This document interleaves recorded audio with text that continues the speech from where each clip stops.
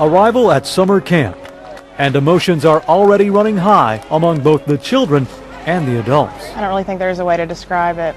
Because these are not just any campers. They may act like nothing's wrong. How many doctors did it take? But on the inside, I usually cry at night.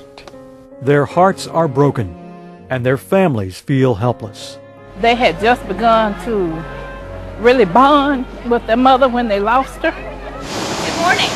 Good morning. Camp Good Grief is a free day camp for Mid-South children aged 7 to 12 who've experienced the death of a loved one in the past 2 years, such as a parent or grandparent, a brother or sister. The person that I lost was my mom. She was the greatest. If she can come back, but she can't. And you see all the reports of people dying on the news and people getting murdered and stuff.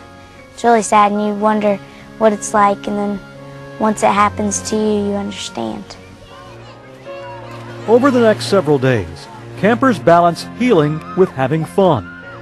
Each day, campers take part in grief support groups with their new friends who have experienced similar losses. To know that it's not just them that it happened to, that it's happened to a lot of other people and it's not their fault. The goal of the camp is to help grieving children learn to adjust and grow in a world without their loved one. That's why caring social workers, nurses, therapists, and trained volunteers make up the staff. Well, I have children, and I think it would be something that I would want my children to have available if something were to happen to me or someone else in our family. And I think anytime you're doing anything with children, that you're really ensuring they will have a healthier future as an adult.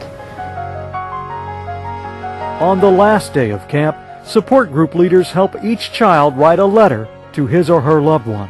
A lot of them didn't even get a chance to say goodbye. And I think that's what it allowed them to do, was to say goodbye and to say I love you one more time. My notes to my mom, I like to tell her that she's dearly missed. I'd like to tell her that thanks you were and still are the greatest. Your oldest loving son, Jerry. Dear Mom and Uncle, I miss you too a lot. I love you a lot, and I miss you very much. That's all they wanted, was just a chance to say I love you one more time, and I think that's what they got today. At this special memorial service, the children tie their letters to balloons and release them as the names of their loved ones are read aloud. Tiffany Dietz. As they prepare to leave Camp Good Grief, the children reflect on what they've learned. Don't feel sad, because I know she's in a better place now. That I can talk to people instead of keeping it to myself. It's okay to cry. That's really what we've learned, that it's okay to grieve over it. And It gave the adults in my family an outlet too, because now I know somewhere I can call if we need additional assistance, especially more counseling and things like that. I'm sad that we have to leave. But the children learn that you can say goodbye to those you love and still keep them near in your heart. A lesson the adults had to learn too on this final day of camp. We've only known them 3 days. They've been names on papers to me for a long time, but now I feel like I've known them forever.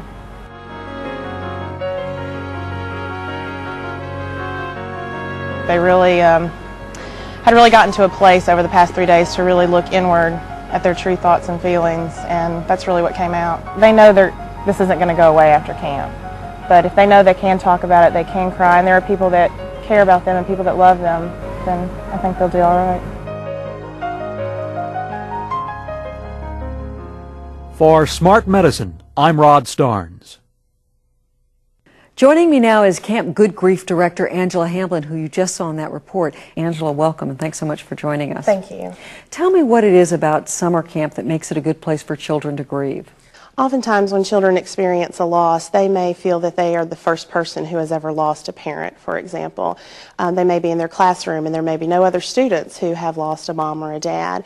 So what happens when they come to camp, they look around and see everyone else there who has experienced a similar loss.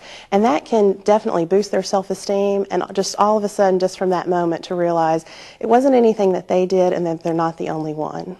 Looking at the children in that report, they really look like they were having a good time. How would I know by looking at a child having that much fun that that child was grieving? It would be important to pay attention to what that child is normally like. And then, are they doing anything outside of their normal range? For example, has their appetite changed? Are they sleeping more or sleeping less, having nightmares? Have their grades dropped? Things like that. But children are often known as the forgotten mourners because they grieve differently than adults. They grieve in spurts. So one minute they may be running around playing, and the next minute they may be very withdrawn. In that report, we saw children writing letters to loved ones and attaching them to balloons. Tell me how that works, how that affects a child. The importance of that is involving a child in ritual. Many times children are not able to go to funerals or do not participate just because of the way our society is.